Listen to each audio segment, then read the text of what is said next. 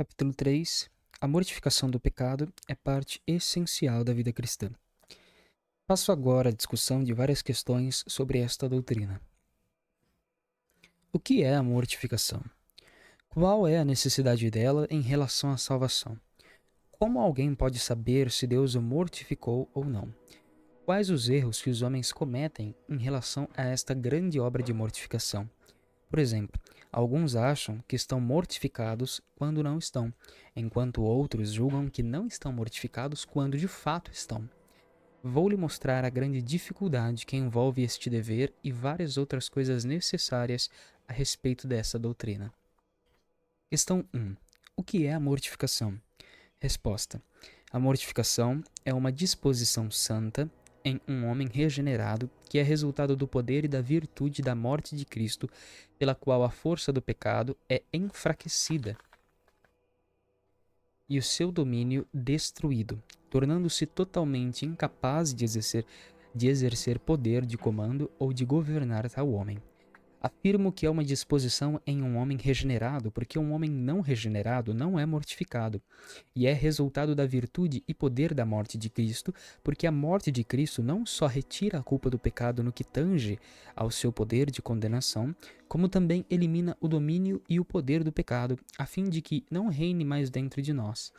E ainda que na mortificação a força do pecado seja enfraquecida e seu domínio e poder sejam destruídos, não quer dizer que haja uma abolição e destruição total do pecado, apenas uma submissão e enfraquecimento de nossas corrupções, já que o pecado permanece em nós, embora seu poder de comando seja retirado. Questão 2. Qual é a necessidade da mortificação em relação à salvação? Resposta: a resposta está em três aspectos. A mortificação é muito necessária para a certeza da salvação, para saber se você pertence ou não a Cristo. Não há nada no mundo que indique mais claramente a fé salvadora de alguém do que ver que o Senhor o levou a um estado de mortificação. Você não pode ter interesse no Deus vivo se houver concupiscências e corrupções que permanecem bem vivas dentro de você. Há uma ilha que fica entre a Escócia e a Irlanda, e essas duas nações disputaram a posse de tal ilha. A questão foi decidida desta forma: muitas cobras, sapos e outras criaturas impuras foram colocadas na ilha. Se esses animais impuros e venenosos morressem, então a ilha pertenceria à Irlanda, porque nenhuma besta impura poderia viver lá. Da mesma forma, há uma grande disputa entre Deus e Satanás sobre qual deles tem a propriedade de sua alma. Ora, se concupiscências venenosas e corrupções impuras habitam em seu coração, governam e reinam ali, essa é uma evidência de que você pertence a Satanás. Mas se o pecado não vive mais ou reina em sua vida, esse é um argumento inegável de que você pertence a Deus. A graça não pode habitar em sua alma a menos que o pecado e a corrupção estejam mortos. Antes que haja uma vida de graça, deve haver a morte do pecado. Em Romanos 6,11, o apóstolo Paulo nos diz: assim também vós considerai-vos certamente mortos para o pecado, mas vivos para Deus em Cristo Jesus nosso Senhor. Se as corrupções residem em sua alma, a graça não pode habitar nela. Conta-se que as pombas não conseguem viver em lugares sujos e carregados. Do mesmo modo, o Espírito de Deus não habitará em uma alma cheia de cantinhos imundos de pecado e corrupção. A alma não pode viver em triunfo até que o pecado morra no coração. Assim como a graça não pode viver no coração até que o pecado seja subjugado aqui nessa vida, também a alma não poderá viver na glória futura antes que o pecado seja eliminado e mortificado. Como alguém disse bem, se o pecado não morre, o pecador morrerá. Se Deus não eliminar os seus pecados, o pecado matará a sua alma. Em 1 Coríntios 15:36, o apóstolo diz: insensato, o que semeias não é vivificado se primeiro não morrer. Assim como a semente morre e apodrece no solo antes de ser vivificada e brotar novamente, a alma não pode ser avivada e capacitada a habitar com Deus em glória até que suas corrupções estejam mortas, apodrecidas e derrotadas na alma. E isso é suficiente sobre a necessidade de mortificação quanto à salvação. Questão 3. Como alguém pode saber se Deus o levou ou não a um estado de mortificação? Resposta: Passarei mais tempo neste esclarecimento e proporcionarei 6 sinais pelos quais é possível saber se o Senhor o trouxe ou não a um estado de mortificação. Se você agora tem mais medo de se deparar com ocasiões e oportunidades de pecar do que no passado, é uma prova de que é alguém mortificado.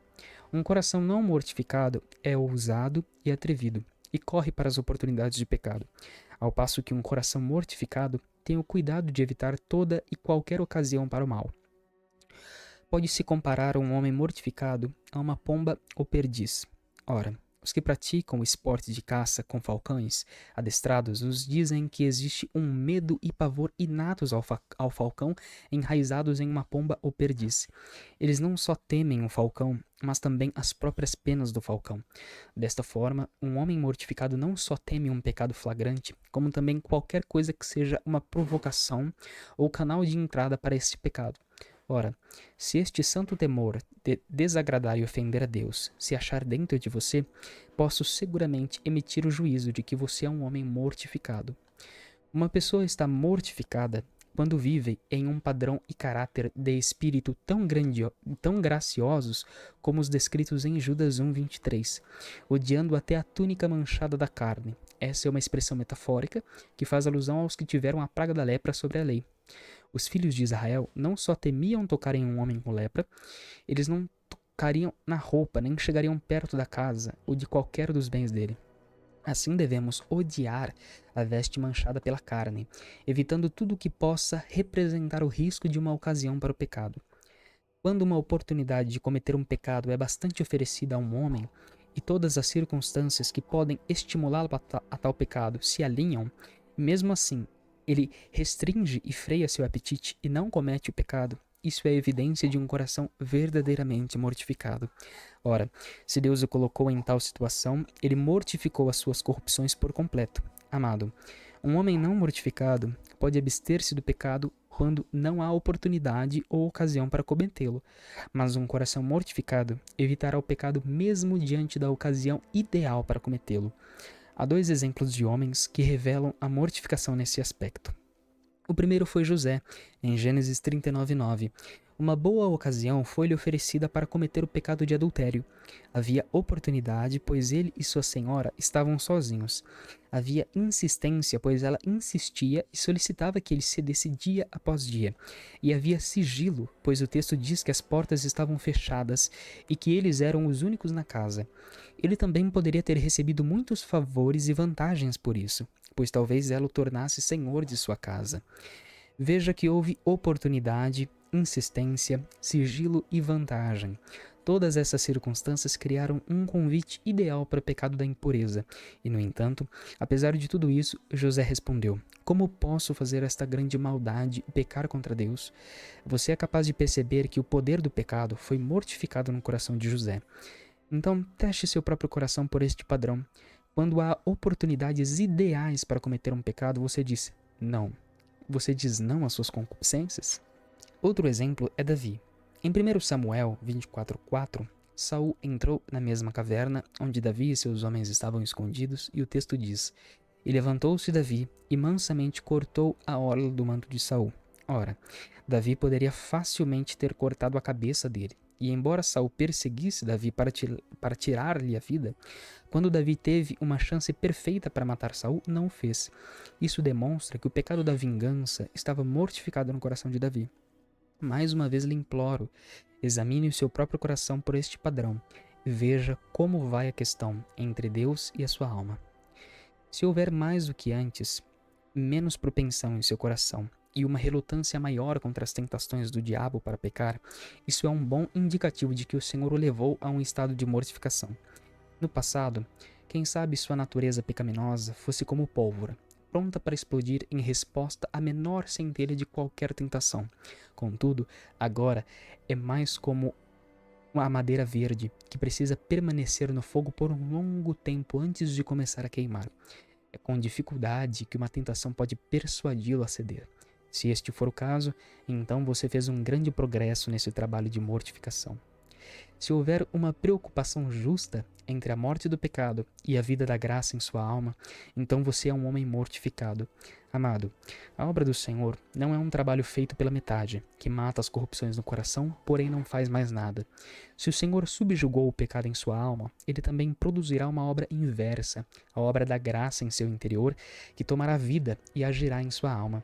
A mortificação e a morte do pecado devem ser contrabalançadas pela vivificação e pela vida da graça, de modo que, se o pecado está morto em sua alma, a graça está viva.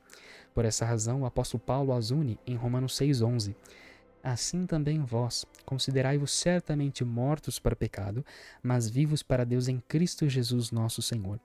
E mais uma vez em 1 Pedro 4:1 e 2. Ora, pois já que Cristo padeceu por nós na carne, armai-vos também vós com esse mesmo pensamento, que aquele que padeceu na carne já cessou do pecado, para que no tempo que vos resta na carne, não vivais mais segundo as concupiscências dos homens, mas segundo a vontade de Deus.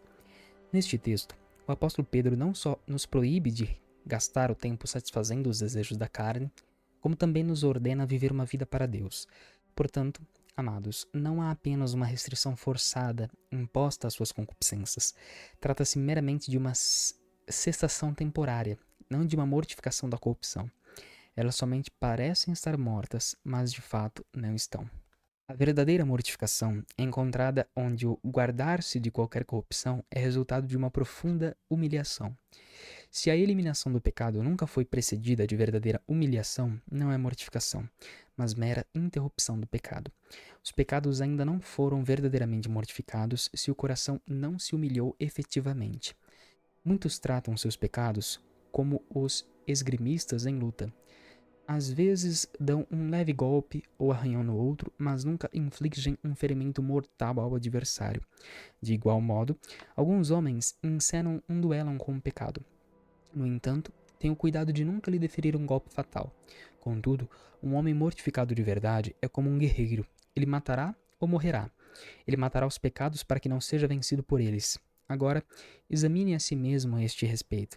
Você está unicamente lutando esgrima, praticando um esporte brincando com suas concupiscências, ou é um guerreiro que luta com oposição implacável contra o pecado? Tão somente dá um leve arranhão no pecado ou lhe causa uma ferida mortal? A verdadeira mortificação engloba todos os tipos de pecado. Não consiste na morte de apenas alguns pecados específicos, porém atinge a raiz e toda a qualidade de pecado. Sendo assim, o apóstolo nos exorta: mortificai, pois, os vossos membros que estão sobre a terra, a fornicação, a impureza e assim por diante. E os que são de Cristo crucificaram a carne com as suas paixões e concupiscências, superando, portanto, toda sorte de pecado. A mortificação do pecado é como a morte do corpo. Não é uma crise de enfermidade que afeta só um braço ou uma perna, mas se estende a todas as partes do corpo. Todas elas morrem juntas. O mesmo vale para a mortificação do pecado. Não é um ataque a algum membro do pecado, mas a morte de todo o corpo do pecado. A submissão de alguns pecados particulares não implica mortificação, a menos que se tenha ferido mortalmente o próprio âmago e a maior parte de sua corrupção. Desse modo, finalizo a parte doutrinária desses três aspectos. No entanto, antes de abordar as outras perguntas, das quais levarei muito mais tempo para tratar, primeiramente direi algo em termos práticos. Encorajamento para os que acham que não estão mortificados quando na verdade estão. É possível que essa doutrina perturbe um coração cuidadoso, fazendo com que um homem de piedade se imponha uma dura censura, achando que o pecado ainda está vivo em sua alma enquanto a graça está morta. Para esta alma, tenho 7 palavras de encorajamento e conforto. A primeira palavra que preciso dizer àqueles que se queixam de suas corrupções não estarem mortificadas é a seguinte: um coração fortemente agitado pelas corrupções ainda pode ser realmente mortificado. O inimigo pode suscitar corrupções em seu coração e ainda assim você pode estar em uma condição de mortificação. Abordarei esse tópico com mais detalhes adiante. Por enquanto, apenas lembrarei o texto que citei anteriormente, no qual Paulo disse: "E eu, em algum tempo, vivia sem lei, mas vindo o mandamento, reviveu o pecado e eu morri." Romanos 7:9. Antes, Paulo se considerava vivo, e o pecado morto. Em sua mente, ele se achava irrepreensível quanto à lei. Mas quando o Senhor lhe deu uma visão espiritual de seu próprio coração, ele teve consciência de suas corrupções espirituais e era como se o pecado tivesse revivido. Assim, pode haver um despertar de pecado no coração, ainda que os mesmos pecados já tenham sofrido uma chaga mortal. Considere isso como um bálsamo. Uma repetição do mesmo pecado não prova que seu coração esteja desprovido de mortificação. Nesse momento, menciono tal fato apenas brevemente. Mais adiante, porém, aprofundarei a questão da possibilidade de um homem que de fato mortificou uma corrupção ainda pode cair várias vezes no mesmo pecado. Entenda que Deus nunca teve em mente que a mortificação da corrupção se estenderia até a abolição total e absoluta de todo o pecado. No entanto, se a soberania do pecado for destruída, o Senhor considera tal coisa como mortificação. Se o pecado é como a árvore de que fala o livro de Daniel, a que já fiz alusão, cujos ramos foram cortados, mas o tronco permaneceu, então, da mesma maneira, se o domínio e o poder dominantes do pecado forem retirados, você está numa condição bastante confortável. O reverendo Perkins usa uma analogia muito clara para explicar a grande obra de mortificação. Ainda que o lavrador lavre bem o trigo antes de semeá-lo, mesmo assim, quando ele brotar, não nascerá limpo, porém terá algumas ervas daninhas no meio, embora nunca tenham sido semeadas com o trigo. Da mesma forma, a despeito de sempre lavar o seu coração para mantê-lo limpo do pecado, ainda assim alguma corrupção brotará de dentro dele. Deus reserva a anulação completa do pecado para o estado de glorificação, não para o de mortificação. Deus nunca irá expô-lo a tentações mais violentas de pecado do que aquelas que, por fim, você será capaz de vencer e superar. Pode estar certo de que não lhe sobrevirá tentação maior do que você tem capacidade de enfrentar. De que adianta as tentações para pecar serem fortes, se Deus dá graça e forças suficientes para resistir a elas e vencê-las? Há uma observação muito boa que alguns fazem ao comparar Gênesis 26:2 com Gênesis 46:3, nos quais lemos que houve 2 grandes períodos de fome na terra, onde Isaac e Jacó viviam. Ora, quando houve fome nos dias de Isaac, ele perguntou ao Senhor se deveria descer ao Egito para comprar mantimentos, e o Senhor lhe disse que não. Entretanto, quando houve fome nos dias de Jacó, ele também perguntou ao Senhor se deveria descer ao Egito para comprar mantimentos, e Deus o mandou ir. Agora, por que o Senhor proibiu Isaac, mas permitiu que Jacó descesse ao Egito? Deus não permitiu que Isaac fosse para o Egito porque ele era um crente fraco. Na prática, Deus disse: você é fraco na fé e ainda não é capaz de lutar contra a tentação. Não conseguiria resistir a todas as oportunidades de pecar que encontraria no Egito e, portanto, não deve ir. Mas Jacó era um crente forte e capaz de lutar contra qualquer tentação. Então Deus o mandou ir. Aqui percebemos que o Senhor não dará a seus filhos mais do que são capazes de suportar. Oh, que grande consolo para nós! Servimos a um Deus tão benigno, que nutre tão ternos afetos para com todos os seus filhos.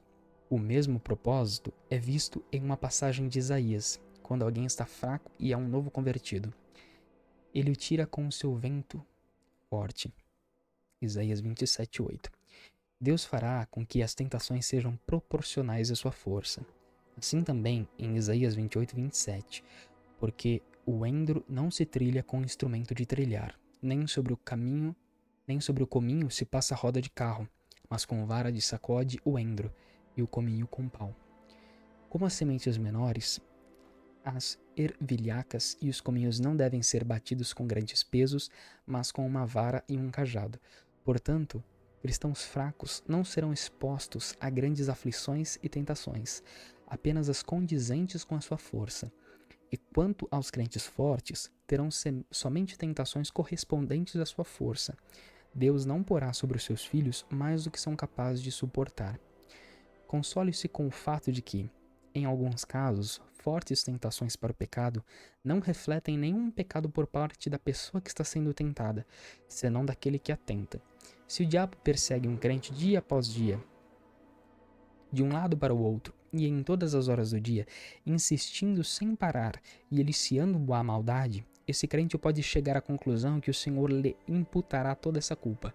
Contudo, as tentações para pecar não necessariamente implicam a presença desse pecado na pessoa tentada, mas sim naquele que a tenta. Pois se uma tentação para o pecado sempre fosse considerada um pecado daquele que está sendo tentado, então o próprio Cristo teria pecado em sua humanidade. E dizer isso seria uma blasfêmia, pois ele foi tentado pelo diabo nos dois grandes pecados de suicídio e cobiça. Mas não havia pecado em Cristo quando ele foi tentado, e sim em Satanás, que o tentou. Portanto, quando uma pessoa resiste à tentação, fazendo o que pode para resistir a ela e repeli-la, e quando o pecado não surge de sua própria natureza e corrupções internas, porém chega a ela através da sugestão e instigação do diabo, tais pecados não são dela e serão cobrados do tentador. Apropria-se disto para seu refrigério, um princípio de oposição firme e intransigente contra toda corrupção é considerada por Deus como mortificação, uma vez que, quanto a nós, a mortificação nada mais é do que a escolha de levantar e lutar contra o pecado. Aqui, não posso evitar fazer uso da passagem de Levítico 11, que mencionei outrora, onde o Senhor estabeleceu uma lei: se qualquer coisa impura caísse em um vaso de água, a água seria impura, mas se caísse em um rio ou fonte de água, tal fonte não seria impura. E a razão é a seguinte: um vaso de água não tem capacidade de purgar e purificar-se de qualquer sujeira que caia nele.